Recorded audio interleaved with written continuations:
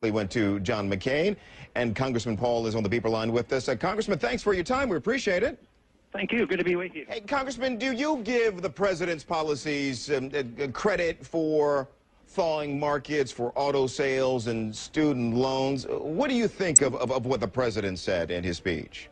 Well, I don't think a whole lot of it. I think we had a New Deal and a fair deal, but I think this is going to be a bad deal and not help at all. But I don't blame him for the problems. I blame him for the prolongation of this because he was very explicit by saying that government shouldn't cut back on spending. He wants to massively increase the spending, and therefore he's going to prolong it. But this was a long time in building. This took 25, 30 years to build the bubble.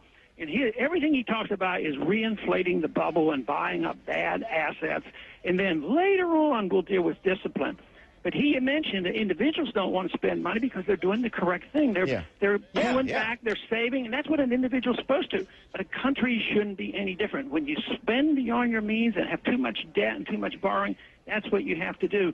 And his statement that if government didn't do this, it would prolong the Depression, he's absolutely wrong on that because that is the understanding of the Depression. It was prolonged because of the intervention of Hoover and Roosevelt. Okay, Congressman, let me jump in and ask you this. Do you believe the markets would have cleared away the wreckage, to use the president's words here, in our economy without the $787 billion stimulus package?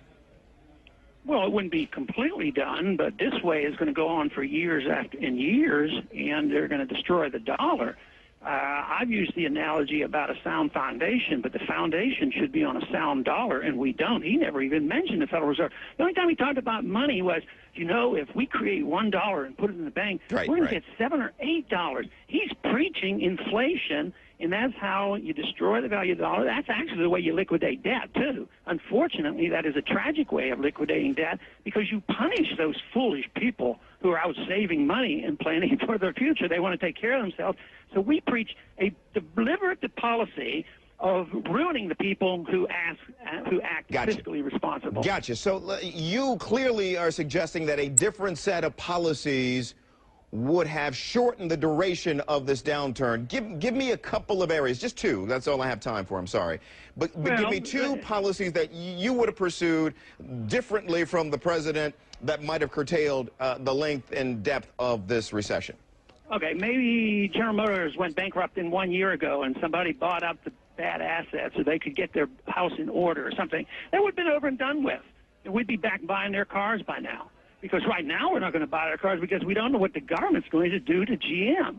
So the same way with AIG. Did you suggest that to President Bush? Hey, GM's in trouble, let him go under? No, but that's why I said that Obama isn't to blame for all of this. This has been a long time coming, and that's what we have to understand.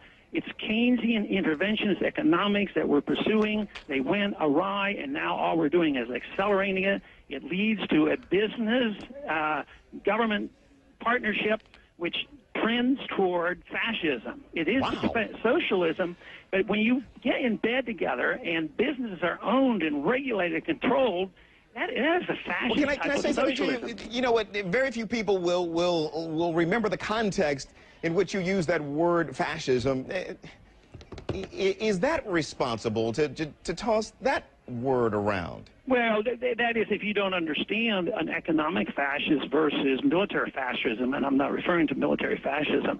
I'm strictly talking economic terms, and there is an economic fascism where government and business are partners, and when businesses get into trouble, they love it. Is it the little guy that's going to have the tax rallies tomorrow? No. It's not the big guys. The big guys are getting all the benefits. The little guys are having the rebellion because they haven't received anything because they're sick of this type of partnership where the big guys get bailed out when times are good. They get low taxes and they make billions. But no, I think you have to understand there's a difference between economic fascism and military fascism. I wanted to at least give you an opportunity to expand on that statement. Congressman Paul, thanks for your time. We appreciate it. Thank you. And new trouble.